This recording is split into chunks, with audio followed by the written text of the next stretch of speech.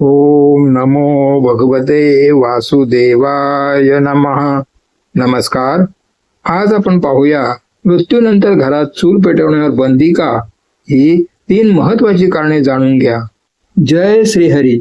हरिओम मित्रांनो. हिंदू धर्मग्रंथ विशेषतः गरुड पुराण आणि कठोपनिषद यासारख्या ग्रंथांमध्ये मृत्यू, आत्मा आणि निसर्गाच्या नियमावर प्रकाश टाकण्यासाठी विविध देवतांमधील संवाद सांगितले गेले आहेत. मृत्यूनंतर घरात चूल न पेटवण्याच्या प्रथेमागे असलेला अग्निदेव आणि यमराज यांच्यातील संवाद हा अत्यंत मार्मिक आणि आध्यात्मिक रहस्यांनी भरलेला आहे. हा संवाद सविस्तरपणे समजून घेऊया. पार्श्वभूमी: मृत्यूच्या वेळेची परिस्थिती. जेव्हा एखाद्या प्राण्याचा मृत्यू होतो तेव्हा यमलोकातून यमराज किंवा त्यांचे दूत म्हणजेच यमदूत त्या जीवाची जीवनयात्रा संपवून त्याचा सूक्ष्मात्मा नेण्यासाठी पृथ्वीवर येतात. ज्या घरात मृत्यू होतो तिथे अचानक शोक, दुःख आणि नकारात्मक ऊर्जेचा म्हणजे ज्याला सूतक किंवा अशौच म्हणतात संचार होतो. अशा वेळी घरातील चूल म्हणजेच लौकिक अग्नी शांत होतो. यावरूनच अग्निदेव आणि यमराज यांच्यात एक तात्विक संवाद घडतो. अग्निदेव आणि यमराजांचा संवाद: जेव्हा यमराज मृत आत्म्याला नेण्यासाठी येतात तेव्हा घरातील चुलीमध्ये वास करणारे अग्निदेव शांत होतात. अग्निदेव यमराजांना विचारतात, हे यमराज, मी या सृष्टीचा पावनकर्ता आहे. मानवाच्या शरीराला पोषण देणारे अन्न माझ्याच माध्यमातून शिजवले जाते. मी देवांचे मुख आहे, कारण यज्ञात दिलेली आहुती माझ्याद्वारे देवांपर्यंत पोहोचते. मग आज या घरात मृत्यू झाल्यानंतर मी इतका हतबल आणि निस्तेज का झालो आहे? माझ्या मनात अन्न शिजवण्याची ऊर्जा का उरली नाही? यमराज अत्यंत शांतपणे अग्निदेवाला सृष्टीच्या अंतिम सत्याची जाणीव करून देतात. यमराज म्हणतात, हे अग्निदेव, तुम्ही पवित्र आहात यात शंका नाही, परंतु मृत्यू हा सृष्टीचा महाअंतिम नियम आहे. जेव्हा एखादा जीव शरीर सोडतो तेव्हा त्याच्या कर्मबंधनाचा हिशोब सुरू होतो. जोपर्यंत या मृत शरीराला तुमचा महाअग्नी म्हणजे चितेचा अग्नी स्पर्श करत नाही तोपर्यंत या घरातील वातावरण अशौच म्हणजेच अपवित्र राहते. मृत्यूच्या दुःखात अडकलेल्या या हवेत अन्न शिजवणे तुमच्या पवित्रतेचा अपमान ठरेल.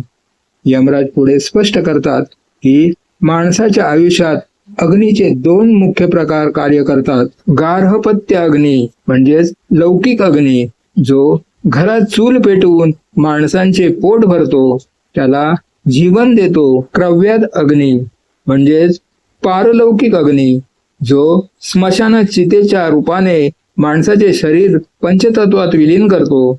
यमराज अग्निदेवाला सांगतात की जेव्हा घरातील एक सदस्य पंचतत्वात विलीन होण्याच्या प्रतीक्षेत असतो तेव्हा घरातील लौकिक अग्नीने शांत राहून परलौकिक अग्नीला मान दिला पाहिजे. एकाच वेळी एकाच कुळासाठी अन्न शिजवणारा अग्नी आणि शरीर जळणारा अग्नी एकाच ऊर्जेत काम करू शकत नाहीत. संवादाच्या अंतिम भागात यमराज एक अत्यंत मानवी पैलू अधोरेखित करतात. ते म्हणतात, मृत्यूनंतरही जीवाचा आत्मा काही काळ आपल्या कुटुंबाच्या भोवती रेंगाळतो. जर कुटुंबाने लगेच चूल पेटवून अन्न शिजवले तर आत्म्याला तीव्र क्लेश होतो. त्याला वाटते की माझ्या जाण्याचे कोणालाही दुःख नाही आणि लोक स्वतःच्या क्षुधा शांतीमध्ये म्हणजेच भुकेत व्यस्त झाले आहेत. आत्म्याचा हा क्लेश घरात नकारात्मकता वाढवतो. म्हणून जोपर्यंत मी म्हणजे यमराज या आत्म्याला घेऊन जात नाही आणि तुम्ही अग्निदेव चितेच्या रूपाने शरीराचा स्वीकार करत नाही तोपर्यंत घरातील चूल शांत राहणेच योग्य आहे. अग्निदेव आणि यमराजांचा हा संवाद आपल्याला 2 महत्वाच्या गोष्टी शिकवतो. अन्नाचा आणि मनाचा संबंध. दुःखी आणि शोकाकुळ वातावरणात शिजवलेले अन्न हे तामसिक बनते. ते शरीराला पोषण देण्याऐवजी आजारपण आणि मानसिक क्लेश निर्माण करते. निसर्गाचा आदर. मृत्यू हा जीवनाचा अंत आहे. अशा वेळी निसर्गाच्या या मोठ्या नियमासमोर माणसाने नतमस्तक होऊन काही काळ थांबून गेलेल्या व्यक्तीला आदरपूर्वक निरोप दिला पाहिजे. हा संवाद संपल्यानंतर अग्निदेव यमराजांच्या विधानाशी सहमत होतात आणि म्हणूनच अंत्यसंस्कार पूर्ण होईपर्यंत ते घरातील चुलीमध्ये सुप्त राहणे पसंत करतात. हिंदू धर्मात आणि भारतीय संस्कृतीत मृत्यूशी संबंधित अनेक रीतिरिवाज आणि नियम सांगण्यात आले आहेत. त्यापैकीच एक महत्त्वाचा नियम म्हणजे घरात कोणाचा मृत्यू झाल्यास अंत्यसंस्कार होईपर्यंत किंवा त्या दिवशी घरात चूल पेटवली जात नाही, म्हणजे स्वयंपाक केला जात नाही. या प्रथेमागे केवळ जुन्या समजुती नसून यामागे मानवी भावना, आरोग्य आणि अध्यात्म या तिन्ही दृष्टिकोनातून विचार केला गेला आहे. चला तर मग आधी आपण यामागील 3 महत्त्वाची कारणे समजावून घेऊ. महत्त्वाचे कारण नंबर 1, भावनिक आणि मानसिक आदर म्हणजे शोक पाळणे. घरात कोणाचा मृत्यू झाल्यास चूल न पेटवण्यामागे भावनिक आणि मानसिक आदर म्हणजे शोक पाळणे हे सर्वात महत्त्वाचे आणि मानवी कारण आहे. मनुष्य हा केवळ एक जैविक प्राणी नाही, तर तो भावनांचा बनलेला आहे. जेव्हा कुटुंबातील एखादी व्यक्ती कायमची सोडून जाते तेव्हा निर्माण होणाऱ्या मानसिक स्थितीचे सविस्तर विश्लेषण खालील मुद्द्यावरून करता येईल. 1. दुःखाची तीव्रता आणि मानसिक धक्का. जेव्हा घरात एखाद्या प्रिय व्यक्तीचा मृत्यू होतो तेव्हा संपूर्ण कुटुंब एका तीव्र मानसिक धक्क्यात असते. अशा वेळी माणसाचे मन सुन्न होते, प्राधान्यक्रम बदलतो. त्या क्षणी कुटुंबाच्या जगण्याकडे बघण्याचा दृष्टिकोन तात्पुरता बदलतो. आता जेवायचे काय, स्वयंपाकात काय बनवायचे हा विचार करणेही त्या परिस्थितीत क्रूर आणि अशक्य वाटते. इच्छा मरण पावते. तीव्र दुःखाच्या प्रसंगी भूक, तहान किंवा शारीरिक गरजा या गोष्टी मनातून पूर्णपणे गळून पडतात. अशा मनस्थितीत चूल पेटवणे किंवा स्वयंपाक करणे हे कुटुंबाच्या मानसिक स्थितीशी अजिबात सुसंगत नसते. 2. मृत व्यक्तीबद्दल कृतज्ञता आणि आदर. जो माणूस कालपर्यंत आपल्यासोबत जेवत होता, हसत खेळत होता, तो आज अचानक शांत झाला आहे. अशा वेळी लगेच चूल पेटवून अन्न शिजवणे आणि नेहमीसारखे जेवणे म्हणजे तुमच्या असण्या नसण्याने आम्हाला काही फरक पडत नाही असे दर्शवण्यासारखे आहे. मृत व्यक्तीच्या आत्म्याला आणि त्याने कुटुंबासाठी केलेल्या कष्टांना आदर देण्यासाठी संपूर्ण घर एकत्र येऊन शोक पाळते. आम्ही तुमच्या जाण्याने दुःखी आहोत आणि आज आमचे अन्न पाणीही तुमच्या निरोपाच्या दुःखात सुटले आहे. ही मृत व्यक्तीप्रती व्यक्त केलेली अंतिम कृतज्ञता असते. 3. कौटुंबिक ऐक्य आणि सांत्वनाला वेळ देणे. मृत्यूनंतर घरात नातेवाईक, शेजारी आणि हितचिंतक सांत्वन करण्यासाठी म्हणजे सांत्वनपर भेट देण्यासाठी येऊ लागतात. अशा वेळी कुटुंबातील मुख्य सदस्यांनी स्वयंपाकघरात गुंतून राहण्याऐवजी एकमेकाच्या जवळ बसणे, एकमेकांना धीर देणे आणि आलेल्या लोकांसोबत मृत व्यक्तीच्या आठवणींना उजाळा देणे गरजेचे असते. चूल न पेटवल्यामुळे घरातील महिला किंवा इतर सदस्य स्वयंपाकाच्या जबाबदारीतून मोकळे राहतात आणि त्यांना आपले दुःख मोकळेपणाने व्यक्त करण्यासाठी वेळ मिळतो. असे मानले जाते की दुःख दाबून ठेवण्यापेक्षा ते रडून मोकळे करणे मानसिक आरोग्यासाठी चांगले असते. 4. अन्न हे आनंदाचे प्रतीक मानणे. भारतीय संस्कृतीत अन्न शिजवणे, एकत्र बसून जेवणे हे आनंद, उत्सव आणि चैतन्याचे प्रतीक मानले गेले आहे. आपण कोणत्याही शुभप्रसंगी देवाचा नैवेद्य आणि पक्वान्ने बनवतो. या उलट मृत्यू हा जीवनाचा सर्वात मोठा अंधार आणि दुःखद प्रसंग आहे. त्यामुळे अशा अत्यंत नकारात्मक आणि दुःखी प्रसंगी घरात आनंदाचे प्रतीक असलेला लौकिक स्वयंपाक करणे सांस्कृतिक आणि भावनिक दृष्ट्या अयोग्य मानले जाते.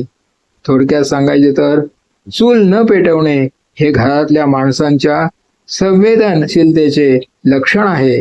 हे आपल्याला शिकवते की माणूस हा मशीन नाही, त्याला भावना आहेत. जेव्हा कुटुंबाचा एक भाग तुटतो तेव्हा संपूर्ण कुटुंब काही काळासाठी थांबते, शोक पाळते आणि गेलेल्या जीवाला अत्यंत आदराने निरोप देते. महत्वाचे कारण नंबर 2, आरोग्याची काळजी आणि स्वच्छता, म्हणजेच हे शास्त्रीय कारण. मृत्यूनंतर घरात चूल न पेटवण्यामागे केवळ धार्मिक किंवा भावनिक कारणेच नाहीत, तर या प्रथेमागे अत्यंत तर्कशुद्ध आणि शास्त्रीय कारण दडलेले आहे. आपल्या पूर्वजांनी आरोग्याची काळजी आणि स्वच्छतेचे महत्त्व लक्षात घेऊन हा नियम बनवला होता. यामागील शास्त्रीय कारणे खालीलप्रमाणे सविस्तर समजून घेता येतील. 1. जीवाणूंचा प्रसार आणि संसर्गाचा धोका. वैज्ञानिक दृष्टिकोनातून जेव्हा एखाद्या व्यक्तीचा मृत्यू होतो तेव्हा त्याच्या शरीरातील रोगप्रतिकारक शक्ती पूर्णपणे नष्ट होते आणि अवघ्या काही मिनिटातच शरीराचे विघटन सुरू होते. सूक्ष्म जीवांची वाढ.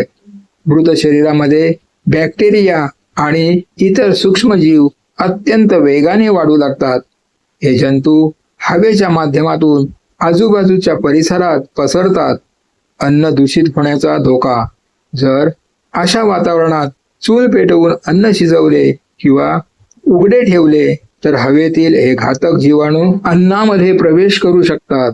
असे दूषित अन्न खाल्ल्यास घरातील सदस्यांना, विशेषतः लहान मुले आणि वृद्धांना संसर्ग किंवा फूड पॉइझनिंग होण्याचा मोठा धोका असतो. 2. घर आणि हवेचे शुद्धीकरण. जोपर्यंत मृतदेह घरात असतो तोपर्यंत तिथली हवा आणि वातावरण जंतुयुक्त राहण्याची शक्यता असते. अंत्यसंस्कार झाल्यानंतर संपूर्ण घर स्वच्छ केले जाते. जुन्या काळात घर गोमूत्राने किंवा शेणाने सारवून, तर आजच्या काळात जंतुनाशके वापरून धुवून स्वच्छ केले जाते. मृत व्यक्तीचे कपडे अंथरून स्वच्छ केले जाते किंवा विसर्जित केले जाते. घर पूर्णपणे स्वच्छ झाल्याशिवाय आणि हवेतील जंतू नष्ट झाल्याशिवाय घरात अन्न शिजवणे आरोग्यासाठी सुरक्षित मानले जात नाही. म्हणूनच घर शुद्ध होईपर्यंत चूल पेटवली जात नाही. 3. धूर आणि उष्णतेमुळे जंतू वाढणे.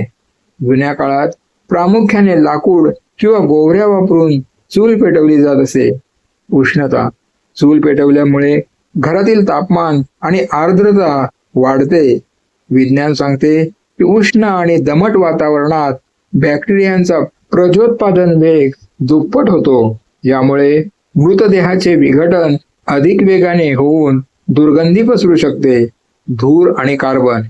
चुलीच्या धुरामुळे घरातील हवेची हालचाल मंदावू शकते, ज्यामुळे जंतू एकाच ठिकाणी कोंडले जातात. हा संसर्ग टाळण्यासाठी घरात अग्नी प्रज्वलित न करता हवा खेळती ठेवली जाते. 4. मानसिक ताण आणि पचनक्रिया. तीव्र दुःखाचा आणि मानसिक धक्क्याचा आपल्या शरीरावर आणि थेट पचन संस्थेवर मोठा परिणाम होतो. वैज्ञानिक संशोधनानुसार जेव्हा माणूस प्रचंड मानसिक तणावाखाली असतो तेव्हा शरीरात कोर्टिसोल आणि ॲड्रेनालिन सारखे ताण हार्मोन्स वाढतात. यामुळे भूक मंदावते आणि पचनक्रिया अत्यंत कमकुवत होते. अशा स्थितीत जर घरातील लोकांनी जड किंवा नेहमीसारखे अन्न खाल्ले तर ते पचत नाही आणि उलट्या, अपचन किंवा पोटदुखी यांसारखे शारीरिक त्रास उद्भवू शकतात. म्हणूनच शरीराला विश्रांती देण्यासाठी त्या दिवशी घरात अन्न बनवले जात नाही. थोडक्यात सांगायचे तर आपल्या पूर्वजांना सूक्ष्म जीवशास्त्र आणि आरोग्याचे नियम ठाऊक होते. जोपर्यंत घरातील संसर्गाचा मुख्य स्रोत म्हणजेच मृतदेह सन्मानपूर्वक बाहेर काढला जात नाही आणि घर निर्जंतुक केले जात नाही तोपर्यंत तिथे अन्न शिजवणे आणि खाणे आरोग्यासाठी घातक आहे. हाच अत्यंत महत्वाचा शास्त्रीय संदेश या प्रथेमागे आहे. महत्वाचे कारण नंबर 3, शेजाऱ्यांचे आणि समाजाचे कर्तव्य म्हणजे सहानुभूती. मृत्यूनंतर घरात चूल न पेटवण्यामागील तिसरे कारण अत्यंत सुंदर आहे, जे आपल्या भारतीय समाज व्यवस्थेतील मानवता, सामाजिक सलोखा आणि सहानुभूती यांचे दर्शन घडवते. जेव्हा एखादे कुटुंब संकटात असते तेव्हा संपूर्ण समाज त्यांच्या पाठीशी कसा उभा राहतो हे या प्रथेवरून दिसून येते. याचे सविस्तर विश्लेषण खालील मुद्द्यांवरून करता येईल. 1. दुःखाच्या काळात व्यावहारिक मदत. घरात मृत्यू झाल्यानंतर त्या कुटुंबावर अनेक प्रकारच्या जबाबदाऱ्या एकत्र येतात. नातेवाईकांना निरोप देणे, अंत्यसंस्काराची तयारी करणे, कायदेशीर बाबी पूर्ण करणे, यातच घरातील लोकांची धावपळ होत असते. अशा वेळी घरातल्या माणसांनी किंवा पाहुण्यांनी काय खायचे हा व्यावहारिक प्रश्न निर्माण होऊ नये म्हणून शेजारचे लोक ही जबाबदारी स्वतःच्या खांद्यावर घेतात. कुटुंबाला स्वयंपाकाच्या काळजीतून मुक्त करून त्यांना आपल्या प्रिय व्यक्तीला निरोप देण्यावर लक्ष केंद्रित करता यावे, हा यामागील मुख्य उद्देश असतो. 2. तुम्ही एकटे नाही आहात. हा भावनिक धीर. जेव्हा शेजारी किंवा नातेवाईक स्वतःच्या घरातून जेवण बनवून दुःखी कुटुंबियांसाठी घेऊन येतात तेव्हा त्या जेवणासोबत एक अदृश्य भावनिक संदेश जोडलेला असतो. या कठीण काळात तुम्ही एकटे नाही आहात. संपूर्ण समाज तुमच्या दुःखात सहभागी आहे. हे केवळ अन्न नसते तर ती शेजाऱ्यांनी दाखवलेली सहानुभूती आणि आपुलकी असते. यामुळे धक्का बसलेल्या कुटुंबाला एक मानसिक आधार मिळतो आणि त्यांचे दुःख सुसह्य होण्यास मदत होते. 3. कडूघास किंवा खांदापीठ ची परंपरा महाराष्ट्रात आणि भारताच्या विविध भागात या प्रथेला संस्कृतीचा एक भाग बनवला गेले आहे. अंत्यसंस्काराहून परत आल्यानंतर शेजाऱ्यांच्या घरून जे अन्न येते त्याला काही ठिकाणी कडूघास किंवा खांदापीठ म्हटले जाते. अन्नाचा आदर राखणे. तीव्र दुःखात असलेल्या व्यक्तीला अन्नाची अजिबात इच्छा नसते, परंतु शरीराला जिवंत ठेवण्यासाठी अन्न आवश्यक असते.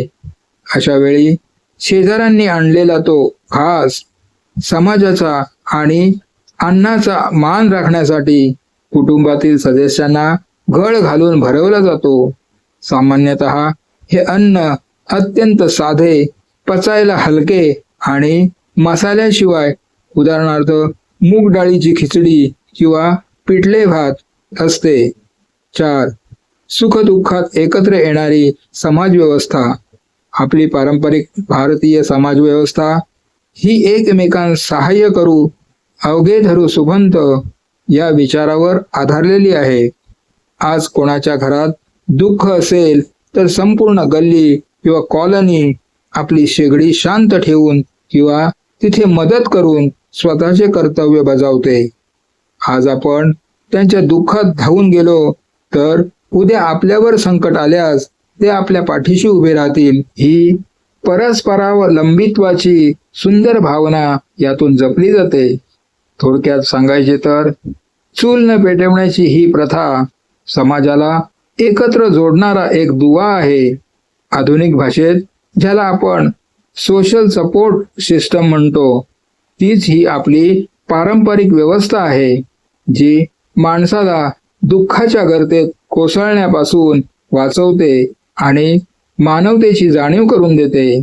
तर ही माहिती होती मृत्यूनंतर घरात चूल पेटवण्यावर बंदी का, आणि ही होती 3 महत्वाची कारणे.